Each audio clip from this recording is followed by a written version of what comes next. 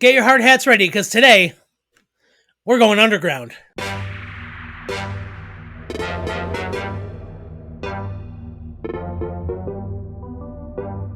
Hello everybody, Blaine here for Bridge4 Games. So first things first, I'm going to go ahead and take this helmet off because I think it looks a little bit goofy. But the reason I'm wearing it is because in today's video, we're going to be talking all about the Grand Underground in Pokemon Brilliant Diamond and Shining Pearl. Now, I have had a ton of requests to make this video because there is a ton to cover. The Grand Underground is one of the biggest features in Pokemon Brilliant Diamond and Shining Pearl, as well as the old Sinnoh games, Diamond and Pearl. There is a ton to be found down in the Grand Underground, from items to incredible new features, as well as a ton of Pokemon.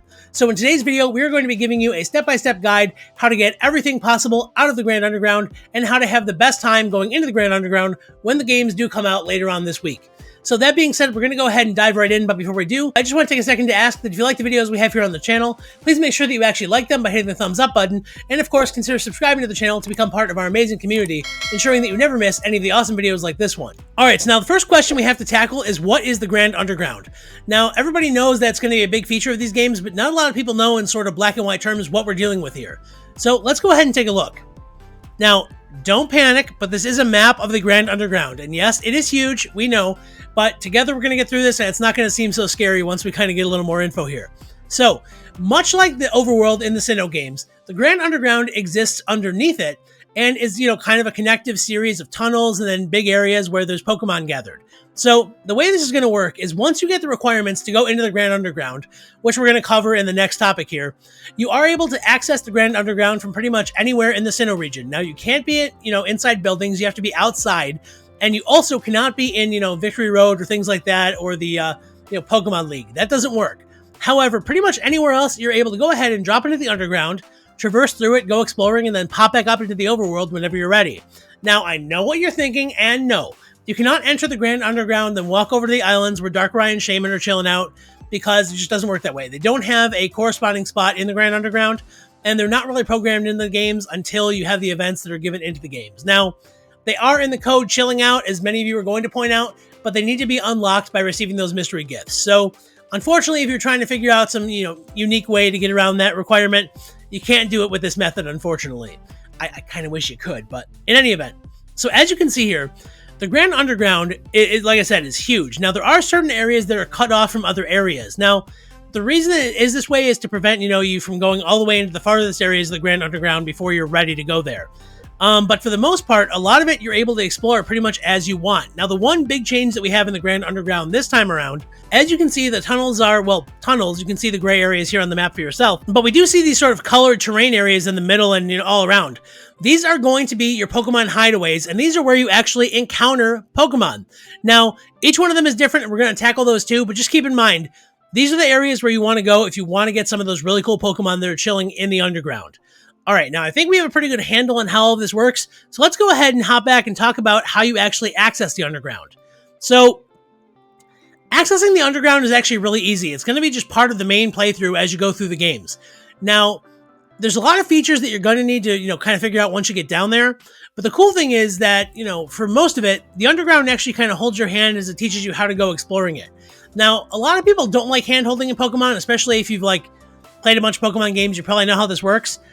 I'm going to go ahead and take a controversial stance here that I actually think the kind of hand-holding for the Underground is kind of good. So, the first thing that we're going to see here, when you get to Eterna-City, which is where the second gym battle is, you're going to go ahead and see this house next to the Pokemon Center.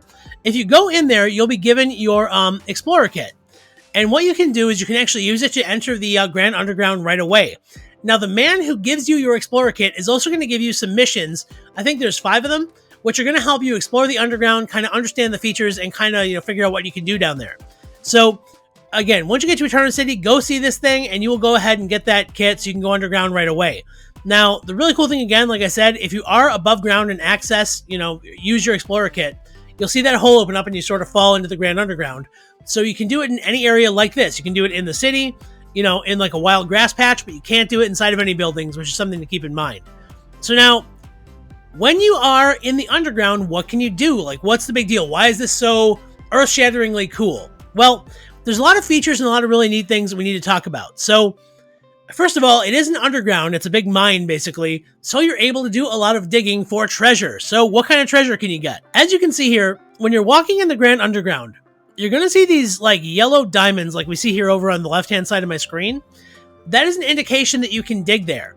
And what you can do is you can go right up to the wall and start digging, and you'll get met with kind of a game like this. So as you can see in the diagram we have here, you have two different kinds of hammers. You have like a little pickaxe kind of thing and a big old just, smash the wall as hard as you can hammer and hope nothing falls apart. Now the, kind of squiggly line on top indicates how fragile or how much, stability is left in the wall. So as that gets all the way to the end, it's going to collapse and your time is going to be up. But as we can see, there are a lot of really, really cool items that you can dig out here. So first up, you can get fossils. So you can get, your Bastiodon and your Rampardos fossils here. As well as I believe there's other fossils you can dig up as well for like the earlier Pokemon from gens like 1 to 3. On top of that, there are also evolutionary stones in here. So you can get pretty much, I think, all of them, digging around. I have heard reports that they may not be able to be dug up and they are, static finds in the underground. But either way, you are able to find all the stones you need to evolve things like EVs down in the underground. So keep an eye out for those because you definitely want them. They're always useful in every playthrough. You can also find things like shards. I also just kind of put on here very generally, like things that you can sell for money. So a lot of things like, the comet shards or, just any random stuff like that you can sell for, 20, 30 grand nuggets. Those are the things that you're going to be able to find as well, which is cool because, cash helps. And of course, I did put on here the Pixie Plate is one thing that everybody was really wondering about because, obviously fairy typing is in the game, but some people were wondering kind of in what, capacity or things like that. But you are able to get the plates by digging in the underground. Somebody actually had a screenshot of, being able to find it. So that is one way that you're able to get these and make your fairy type moves or, your Arceus even more powerful than it already is. So now, the real question is, what else can you get in the underground? What else is, the big deal down there? Well, as you can see in this graphic here, there's this sort of green circular thing. That's a sphere. Now, spheres, this is the screen you're going to see when you mine it. Now, they have a couple different purposes. So first off, you can trade them for different treasures in the underground from different sort of trading NPCs. But the other really useful thing that kind of we didn't have before is when you have your secret base, which we're going to cover in a little bit, you're able to use these spheres to actually pay the hiking, NPC guy here to expand your base. So as we can see, we see kind of the similar graphic as before. So when you're mining, you have this green, sphere. Once you get it after you're done with your mining session, you can go ahead and talk to one of these guys and they will make your base larger, which is really cool because you can put more stuff in there and just make it look generally, cool. So that being said, back in Gen 4 in the, OG Diamond and Pearl, you were able to take your spheres and bury them and then stack up, sort of like spheres, and you can make it effectively grow into a much larger sphere over time. Now, I don't know if that feature's back. I've actually been scouring the data mining websites for 3 days looking for any indication of whether or not that feature is still in the game. I have not heard anything about it or really anybody asking questions about it. So I would say for now, assume it's not in there because they've been kind of taking away features kind of arbitrarily. But if it is in there, keep in mind that you can combine your spheres, your couple small ones, by burying them and then stacking them on top of each other, basically. And you can let them grow over time if that feature is in there. So it may not be. Just keep that in mind. I mean, worst comes to worst, you can spend them, right? So you don't have to invest your money. You can just go ahead and buy stuff with it. So, all right. Now, next up, the one other thing you can find. You see how there's this like orangey fist box thing here? Now, we covered this in an earlier video, but that is a statue. Now, there are a metric crap ton of statues in this game. Pardon my French, but there are a ton, and you are able to find them and decorate your bases with them. Now, the statues have some very, very cool, unique properties. So, aside from looking really cool, they do have an impact on the Pokemon that you're going to encounter in the Grand Underground. So, in the case of this person here, they have kind of like a normal mon, a steel mon, 2 steel mons actually, and then like a fighting, dark ice, that kind of stuff. So, for the more statues you have that share a type with one another, it's going to give you increased odds of finding Pokemon of that type when you actually go exploring for these Pokemon in their hideaways. So, as you can see right here, he has it a little bit kind of spread out and diversified, so I don't know how much benefit this would be giving him. But if you want to say, like, get a water Pokemon, you can put a ton of water-type statues, and you will be able to encounter a lot of water-type Pokemon when you go into those biomes. Now, this is a very useful tool because even though, it doesn't necessarily guarantee when he encounters, it helps you kind of narrow down or at least increase your chances of getting some of the ones that you do want. Now, we do have a slight correction to make from the previous, shiny hunting video we had posted. Now, from what we know now, I have not heard any 100% confirmation on this as of yet, but it's looking like the statues do not have an impact on shinies. Now, before we had said that there was some impact between having a bunch of statues and getting like a +1 to your shiny roll. It's looking like that is not quite how it's done. And we do have another way that's done now in the video that we're going to cover at the end here. But for right now, the statue's main purpose is to really manipulate what encounters show up. Now, as you can see, the Steelix here is green, or at least, kind of like a turquoise jade hue to it. That is considered to be a shiny statue. Now, they're calling it shiny because it's a different colored statue, much like how normal, shinies are different colored Pokemon. But we don't know if that has any impact on anything in the game aside from looking cool. Now, I personally am hoping it has something to do with shinies, but we just kind of don't know. So, obviously if you get that, congrats, because it looks really nice, but we don't know if it has any benefit aside from just, that. However, as the games are out and more people are getting their hands on them and data mining them even further, we may find some benefits, so we don't know. So really what you need to do if you want to figure this out, keep an eye here on the channel, because as soon as we know exactly what correlation the shinies have with shiny Pokemon, if any, we're going to make a video about it, covering it, so you guys can get the most value out of them right away. So now, we talked about secret bases. We have our statues in the secret bases here. So let's go ahead and talk about the secret bases themselves. So this is what a secret base looks like on the inside down here. This lucky guy has got himself a shiny Charizard and shiny Venusaur statues, but you can go up to pretty much anywhere in the Grand Underground that you want, and you can use the digging drill, which is an item you will get by, I believe you can actually trade your spheres for it, and you will dig a little hole in the wall, and that is your brand new secret base. So as I said, you can decorate it with your statues. As you can see the screen here, you can sort of move it around and rotate them or situate them however you want, and then you can stack them up however you feel is appropriate. And obviously, if it starts small, you can build it up by using some of your spheres as well. Some of the caveats, though, the only decorations we know of for sure are going to be those statues that you get. So back in, Gen 4, we had things like furniture, different kind of cool decorations. They have gotten rid of that feature, and all we have is the statues. Now, I know a lot of people are not happy about that, but it is what it is. I think the statues are cool, but I do also kind of miss that feature because it was really neat. But on top of that, you can only have one secret base at one time. So if you decide you want to get rid of your secret base, you can go ahead and get a new one, but you are going to lose the previous one you had. Now, your statues are still part of your inventory, so if you had a secret base loaded up with them and then you decide to get a new one somewhere, you're not going to lose everything you had, but you are going to lose, setting it up, and you're going to have to effectively, start fresh with a new area and start with, expanding it again if you have a small one. So something to keep in mind, you can only really have one at any given time. All right, so now we talked all about the digging and the features and, getting all those treasures. Now let's talk about the Pokemon. So the hideaways are where you're going to find all these Pokemon, and there are a lot of Pokemon to cover. As you're going to see in a moment, there are over 900 different kinds of encounters that you're going to see in the various parts of the Underground, and that is an absolute ton, and we're going to just jump in and start talking about that right now. So in these hideaways, this is what one of them looks like. This is one of the I believe this is one of the lava ones based on what I'm seeing here. This could be the canyon lava one. We're going to talk about that in a minute. Don't worry. But basically, as you can see, a couple things. There is kind of an overworld indicator of where you are, on the map or whatever, or a underground indicator, I should say. And as you can see, the Pokemon are all walking in the overworld. Now, a lot of people were hoping you could use the Poke Radar to do some kind of, chaining and cool stuff in the underground. You can't do that because the Poke Radar does require, grass to actually work. That's how the whole system operates. And as you can see, there is no, long wild grass in the underground. It's all Pokemon walking in the overworld. So unfortunately, these two features are not compatible.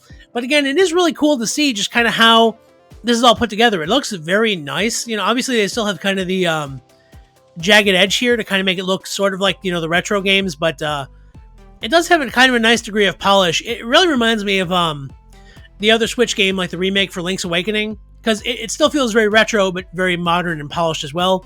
So, I mean, that's certainly a good thing. Now, getting back to the underground here, as we said in the overworld map, which I'm going to just take a look at real quick for the underground, there are a ton of different areas here that we can, explore. As you can see, they have a bunch of different, climates, things like that.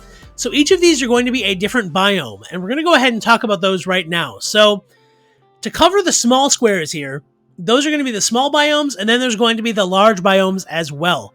Now, the small biomes, there are 12 distinctive ones. Now, in the code, there is something listed as biome number 1. It currently doesn't have any use as far as we're able to see. So, biome number 1, apparently the Pokemon and the encounters are not being used anywhere. Obviously, again, as we get more data mining, things like that coming out, we should have a better idea. But for now, we're going to talk about the remaining 11 biomes. So, yeah, I know, it's not exactly like we're hurting for that one, but, just something to keep in mind. So now, biome number 2 here is going to be a pure sand biome that has kind of miscellaneous Pokemon in there. There are, of course, going to be, your rock and ground types, a couple poison ones. I think there was a Skorupi in there, but there's also some like normal type Pokemon, some grass type Pokemon, so that's why I just said miscellaneous. Now, biome number 3 is a pure grass biome, and inside of that, you're going to see grass, poison, and bug type Pokemon. Now, obviously, this is pretty self-explanatory why you would see those kind of Pokemon, but something really cool to keep in mind because you can catch starters in there, especially starters from other regions in the post-game. So, really cool if you want to catch, Venusaur's, Chikorita's in there. Now, biome number 4, pure water. And it is loaded with water Pokemon. I believe almost every single encounter is a water-type Pokemon in this example. I don't need to tell you why this is useful, just something to keep in mind, and it is really cool to have this one as an option. Biome number 5 is pure canyons. So again, a lot of rocks, a lot of, ground. I do say miscellaneous Pokemon here, but again, it is somewhat deserty, so you do see a lot of rock types in addition to the other types that are in there. Now, biome number 6 is what we actually just saw on the previous screen. That is a pure lava biome. So in that biome, we have a lot of fire and rock types. So as we saw Numel in there, we saw Magby. There are some ground types kind of peppered in there as well, but we do see a lot of those fire and rock mons. So if you want to find mons like that, you're definitely going to want to go into those biomes. Now, biome number 7 is a pure marsh biome, which means bug, poison, and grass types. Now, yes, we said, it looks kind of more... The Pokemon that you're going to encounter are very similar to in biome number 3. However, in biome number 7, it's more of like a swamp, so you're going to see a bit more of those bug and poison types compared to the grass types. But that being said, things like Gloom are still in there. So I know Gloom is also a poison type, but just something to keep in mind that you could encounter some grass Pokemon in that biome as well. Now, biome 8 is like a crystal biome, which is really cool. It was the... I'm actually going to go ahead and click over to the map so you can see it real quick. The crystal biomes are these like purple areas here. So there's a big one right in the middle, and then there's some tiny ones all over the place here.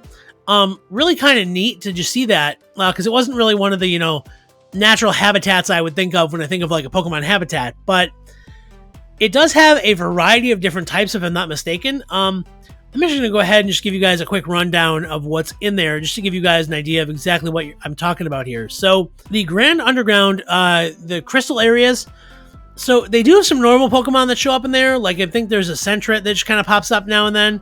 But we also see a lot of like ghost Pokemon and psychic Pokemon. So we see things like Misdreavus, Chingling, Kadabra. We also see things like Slowpoke and Grimer, Voltorb, like Dittos are going to be found in there, and Togepis. So, there's honestly quite a lot to see in there. And, it's really home to a lot of kind of random Pokemon, quite frankly. However, once you do access the post-game, Shelgon and Bagon are available in there if you do have Shining Pearl.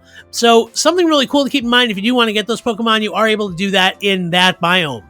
Now, moving on to biome 9 here, it's pure snow. So that means that pretty much the majority of the Pokemon are going to be ice types, but there are some other miscellaneous types kind of peppered in there again as well. There's some steel mons. I think there's a couple rock mons in there. So obviously, if you want to get those ice mons, that's a good place to go. Biome 10 is just like Biome 9. It is Glacier, which means it is ice and water in the same area together. You're going to see a lot of ice and water Pokemon, but there are some miscellaneous Pokemon as well. So then, going on to Biome 11, it's kind of a hybrid one. So now we're starting to see that there are some, biomes that have hybrid elements to them. So this biome is grass and water. So again, we're going to see a lot of grass and water Pokemon, but also a fair amount of bug Pokemon. Nothing all that surprising there, but it is a nice mashup kind of the, Biome 3 and Biome 4. So you're going to see a lot of the same kind of Pokemon there. Now, Biome 12 is half canyon, half lava. It is fire, rock, and ground Pokemon. I feel like that's pretty self-explanatory because it is a nice mix of, the canyon, which we said had a lot of rock types and some ground types, and of course the lava one, which had a lot of fire and rock types. So it makes kind of a lot of sense. And again, as you can see here in the map, these are going to be represented kind of by, this is one of the large ones, but it's kind of like red and brown. This is going to be one of those hybrid ones, whereas these red ones are going to be the lava ones. So obviously that's pretty self-explanatory. Now, there are not just the small biomes, which you just talked about. As you can see, there are these big ones here that are the large biomes. They are almost twice in size of the normal ones, or the small ones, I should say, and they have a lot of diversity in them as well. So let's go ahead and take a look at those. Now, the large biomes. We have biome number 13 here, which is called the Stillwater Cavern. Again, half grass, half water. It is grass, bug, and water Pokemon that are going to be showing up in this biome. So, again, if we look at the overworld here, this biome is going to be right over here on the left side of your screen here. As you can see, it's half grass, half water. Those are going to be the correct areas you want to go to if you want to get these grass, water, and bug type mons. Now, I am going to actually link this map as well as all the Pokemon you can encounter down in the description below. So feel free to check it out at your leisure. I'm not going to probably bounce back and forth to all of these, but just keep in mind, there is a lot to explore here and there are a ton of Pokemon you can find. So getting back to the biomes, biome number 14 is called the Sunlit Cavern. It is all grass, and there are grass, bug, and poison type Pokemon in there. Again, a ton of encounters. This isn't rocket science. We know kind of what a grass type environment will bring, but again, really cool to see. Biome 15 is called the Big Bluff Cavern, and it is pure canyon. So again, it has a lot of miscellaneous Pokemon. There are a fair amount of like ground and rock mons in there, but again, being pure canyon, there's kind of a bit of a diversity in there. There's some normal type mons fighting, stuff like that. Going on to biome 16 here, again, this is a pure crystal large biome. So this is the one that's smack dab in the middle of the map there. It has that big pink sort of biome hideaway there. That is going to be your Stargleam Cavern. And again, we talked about how there's a lot of miscellaneous Pokemon, a lot of ghosts, a lot of psychic. But keep in mind, this is the hideaway where they have Bagon and Shelgon, who do eventually become Salamence. So obviously that's a really good Pokemon to get if you have Shining Pearl. All right, moving on, we have biome 17 here, which is the Glacial Cavern, which again is half glacier, half snow. So this is kind of unique because we get these ice and water Pokemon together, along with some random miscellaneous Pokemon as well. So, obviously there's going to be a heavy focus on those, ice-type mons, but because we do have sort of the water element from the glacier, we do have kind of those other mons showing up, which is why it's really cool. It's kind of a unique and somewhat sort of diversified, biome that we have here. So biome 18 is going to be called the Bog Sunk Cavern, and it is a pure marsh. So again, kind of like we had before, a lot of bug, a lot of poison, a lot of grass, with a heavy focus on those bug and poison-type mons. So obviously if you're looking for those types, that's a good place to go to get them. And last but not least on the large biomes, we have biome number 19, which is a half canyon, half lava biome, and it has a lot of fire, rock, and ground type Pokemon, which is obviously something we would, expect to see around a volcano, which is pretty much what we have here because it's a big canyon, which is kind of like a desert, and then a whole bunch of lava running right through the middle of it. All right, now moving on from the biomes to the encounters. One of the unique features of Brilliant Diamond and Shining Pearl is that the underground Pokemon that show up are going to be based on different sort of progression points that are met in the main story game. This is a way to keep you from getting Pokemon that are too powerful for your current level. Now, the way they do this is basically by having certain checkpoints that need to be met, and then once they are met, they will start giving you more Pokemon in those hideaways. Now, one of the things to keep in mind that's very unique is that there are some Pokemon that are actually going to be exclusive until you unlock them in the underground, and then they're not exclusive anymore. Whalebrin is a really good example. It is a Shining Pearl exclusive until you actually meet a certain hurdle, and then it's available in the hideaways for Brilliant Diamond. Now, how many Pokemon are there? What are these, requirements or what have you? Well, let's take a look. So, as we can see here, this is actually part of the chart that I'm going to have linked in the description below with that spreadsheet. It has a ton of different info for you as far as all of the encounters for each biome. So please make sure that you check it out because I physically cannot list all of the content in this video because it would be a 5-hour video and you guys would be bored to tears by the end of it. So go ahead and explore it yourself because there is a lot of content in there and you can find your favorite Pokemon and figure out where you can get them in the biomes and at what time. Now, as you can see here, the requirements that we see are Start, Strength, Defog, 7 Badges, Waterfall, and National Dex. So what these columns mean is when you go into the spreadsheet that's in the description, when you see that column highlighted for a given Pokemon, it means that is when you're able to start getting these Pokemon and how long it lasts. So if you see a Pokemon that has that yellow trail, that means it's available in the biomes and the hideaways from the start. Now, the next criteria is once you have Strength on your app there and you're able to use it in-game, that is when the next set of Pokemon will unlock. So if they have a green bar, that means you can now get them once you have Strength available to you to start moving those boulders around. And now the next hurdle is defog. Once you're able to use defog in the game, the next set of mons unlock. After that, it's getting 7 badges, and then having access to Waterfall, and then the National Dex. So once you meet all these criteria, you will have a ton more Pokemon available in your hideaways. And, obviously they progress as you move through the game. So certain things, like I said, like Bagon Salamence, they don't unlock until you have the National Dex available, which is, a little disheartening, but obviously it makes sense because that's a very strong Pokemon, and they don't want you just using it to blow through the entire Elite Four. So now, that being said, everybody, a couple things about the mons in these hideaways. So they can have egg moves when you catch them, which is pretty incredible. Just being able to find them like that, not having to do any breeding work. Pretty incredible. You can just kind of stumble into these. Now, again, as we covered, exclusive mons can be found here. So mons that were exclusive in the early game may not still be exclusive when you get to the late game or even the post game, and you'll be able to find those in the hideaways here like this one. And one very, very important thing I cannot stress enough, if you're choosing to shiny hunt or do anything specific like that in your biome regions, do not save outside and then go in and expect things to be okay, and then, you get in there, don't find what you want, and then you soft reset. That's not going to work. When you approach the biome and you approach the hideaway, your game is actually going to be saved with a symbol on there, meaning that basically soft resetting is not going to do anything. You have to effectively reset the entire biome to get the Pokemon and, the shiny Pokemon to be different. The way you do that is actually not that hard. Just go out, come back in, it's going to be reset, and you'll have access to some mons again with the potential of being shiny or just having the moves you want or what have you. So if you want to reset that and get another roll, getting some better mons, you need to leave and come back. Don't just save outside and then soft reset, because it's not going to do you any good. All right, now the last thing we have to talk about here is one of the ways you are able to sort of shiny hunt in the biomes in the Grand Underground here. So as we mentioned before, the statues, in the secret bases may not have any effect on your shinies. So what does? How is any way that you can manipulate it in there? Because we know the shiny charm doesn't work. Well, the simple answer is going to be tied into using a feature that some people didn't really like when it was debuted in the Isle of Armor, and that is going to be hunting and collecting Digletts and Dugtrios. So stick with me. I'm going to cover all this. I know it's not everybody's favorite, but again, there are some potential upswings here, so let's go ahead and jump in. All right.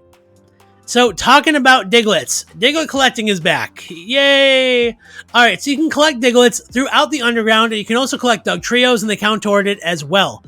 Now, when you start collecting your Digletts and you get up to 40, that is when everything gets pretty interesting. When you get to 40 Digletts, you don't get like one static sort of prize the way you did in the Isle of Armor. A 4-minute timer activates. Now, during this time, you're able to find a lot more shiny statues when you're digging in the walls. Now, this is interesting, and a lot of people are excited about it because, the shiny statues are neat. They're different and they look cool and all that stuff. So that is one way to get them. But also during this 4-minute timer, you have a +1 to your shiny roll. So is this a shiny hunting method? Well, not really, because the problem is these benefits literally only last for the entirety of the 4-minute timer, and then you're done. So I don't know why they would do this or what they kind of thought the good idea was here. I mean, this is what leads me to believe there's probably more to the statues than we know right now. I mean, we haven't found anything like that in the code as of yet. But they give you a chance for 4 minutes to get a whole bunch of shiny statues and then just put them on display and have nothing to do with them again. That just seems like extremely arbitrary to me. I don't know if that's just me, but, let me know, obviously, what you guys think about that, down in the comments. But on top of that, that +1 roll to your shiny is helpful. But again, with it being only 4 minutes, you're going to have to, really get that Diglett and then haul butt into one of the, biomes to try and start catching Pokemon as quick as possible. Because as soon as that 4 minutes is up, your odds are back to normal. So I don't know how I feel about that. But in any event, we do see here that originally this bonus is called Lightstone. And it was kind of believed, obviously, stone had something to do with the statues. However, it's now being said that the 40 Diglett bonus is the Lightstone bonus that applies to shinies. So again, there's still a lot more data mining and digging that needs to be done. But right now we know that collecting 40 Digletts does give you a 4-minute boost that allows you to get shiny statues and occasionally get some more shiny Pokemon. So just something to keep in mind. Now, the one thing I do want to talk about, there is a method to get the 40 Digletts, so you're not just going to be running around aimlessly. So as you can see in the video here, I believe this was also found by Anubis, so shoutouts to him for finding this trick.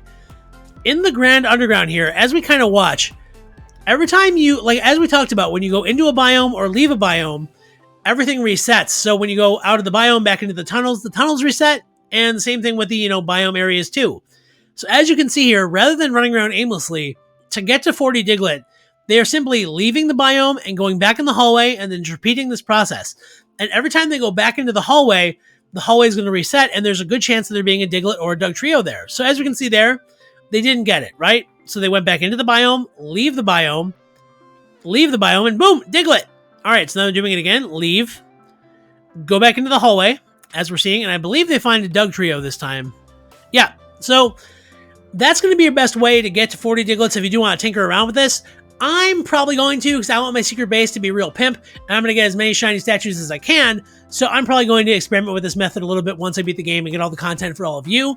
But, again, I don't know how practical of an option this is for, shiny hunting, especially when you have kind of the, Poke Radar methods that are available now. But it's something to keep in mind that it is an option available to you if you do want to, explore this method and get those statues, like I said, because that is one of the best of things available to you, is to use these Diglett to get them, rather than just kind of digging along in the walls aimlessly for eternity. So there you have it, everybody. That is everything you need to know about the Grand Underground and Pokemon Brilliant Diamond and Shining Pearl. There is a ton to cover, I know, but I linked everything you're going to need down in the description below. I have the maps, as well as the Excel document that is going to cover all of the Pokemon encounters and how to find all the Pokemon that you want in your different biomes. So that being said, everybody, I hope you enjoyed this video and found it interesting, and that you're able to use this to get, everything you want out of the underground when you start traversing into it in a couple of days. So that being said, everybody, I've been Blaine for Bridge4Games. Thank you all so much for stopping by and hanging out with me as we talk about this really cool new feature. And again, guys, if you did like the video, please make sure that you actually like it by hitting the thumbs up button. And of course, consider subscribing to the channel to become part of our amazing Pokemon community, ensuring that you never miss any of the awesome videos like this one. I hope each and every one of you have an absolutely amazing playthrough of Brilliant Diamond and Shining Pearl. And as always, I hope each and every one of you have an awesome, epic, and amazing day. And I will see you in the next video. See you around. Bye-bye.